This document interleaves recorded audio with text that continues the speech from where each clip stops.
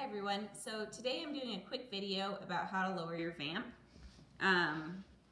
It seems like a common problem that people will order a stock shoe or they think they're ordering the right vamp and then they get it home and they can't even go through DEMI, you know. I usually take a pretty medium vamp. I used to wear a higher vamp and realized that was affecting my turns negatively, so I've adjusted kind of what I like.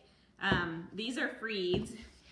And I'll go through really quick also at some point, well, not in this video, but in a different video, how I break in my shoes, but I'm just gonna break in it the one shoe enough to show you. So this vamp is too high for me. I mean, when I go through DEMI, it's cutting in. It's not comfortable at all. That's gonna be painful. So I've got one that's complete, and then I've got two pairs here. One that's in the process, and then one before. So this is the before, and this is the after. Now, you can see it's not a huge difference. The portion I cut out was like maybe 1/3 of an inch. But the beautiful thing about Freeds is that when you pull, and I'll show you, when you pull the top ribbon off, you have another layer. So if you can see, there's actually a stitch right here that holds it all together. It's like the starting stitch there. So that's the first thing that I take a seam ripper and I pull that first starting stitch, because I want to be able to get in there. So I pull the top, the one on the top, and then there's another starting stitch like under here, right in the middle. You'll see a stitch that's kind of holding the two overlapped. That's the next one I pull out. And then it should start to come up. So you can see it's starting to come up. And then once I get one side up, I just take my seam ripper. I'm gonna try and keep this in the screen. And I just move down and I just rip and then I pull. And then I rip and then I pull all the way down. See, and it has a nice ribbon underneath. I would highly, highly recommend putting your shoe on, marking where your DEMI point is, and then you see I get to the edge. So before you get too far, I would highly recommend, with your toe pad, because that changes things, putting your shoe on, figuring out where your DEMI point is, where you bend, your foot bends, but also, so where you need to cut it, where it encases all your knuckles, so you don't have knuckles hanging out, but also gives you that mobility of moving through the DEMI point. So once I get both sides down like this to where the lowest part of the side is, I take my scissors. I'm not gonna do the other side right now just because for time's sake. And wherever I've marked, mine's pretty easy because usually it's this stitch is pretty much exactly where I need it cut. So wherever you've marked, you just try to line it up and you cut along that line. So like, I'll show you. So I'm cutting along, it's a very nice clean cut. It's about 1/3 of an inch, give or take a little bit. And so I would continue, I'd pull this entire ribbon off, this side too. And then I'd continue this cut all the way around, making sure that the side connects evenly. If you don't do that, you're gonna have like a weird lump where you have the low vamp and then it comes up and then it goes down and it's weird.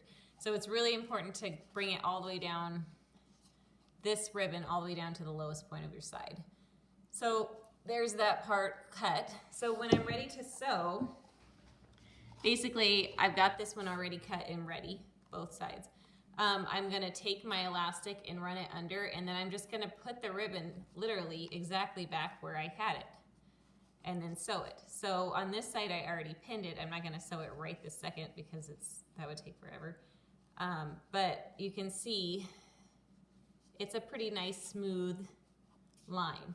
So I will start sewing it in the middle, making sure not to sew through the elastic and making sure to keep this nice and smooth and actually to catch the shoe on each stitch, because otherwise you're not really sewing anything and it'll just fall off.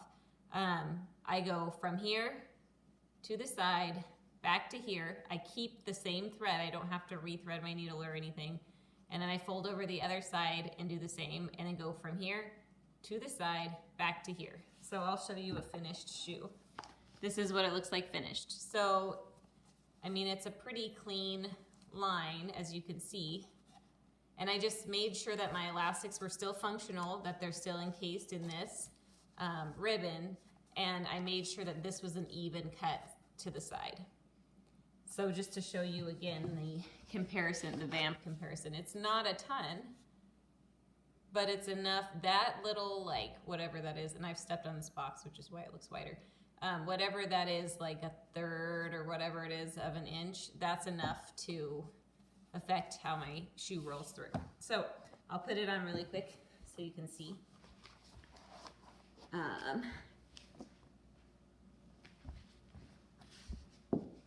So as you can see, it's a really nice smooth line. You don't see, I mean, you can see a little bit of the pink pin that I used there, but that'll fade. I mean, you won't see that over time. It's just because I just did it. You could use a pencil if you're really worried about it. My shoes don't last long enough for me to really care too much about it. But see, my metatarsals are encased well in the shoe, but I also have the freedom to roll through the demi. I hope this helps.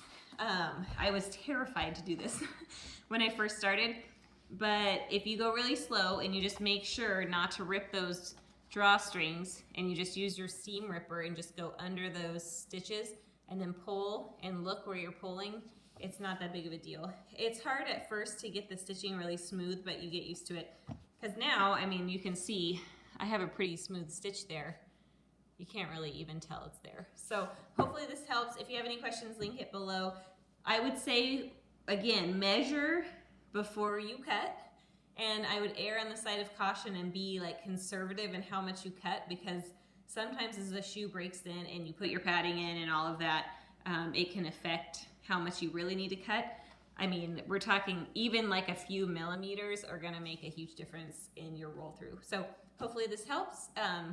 Feel free to like and comment and all of that great stuff. Follow me or subscribe if you feel like these videos are helpful.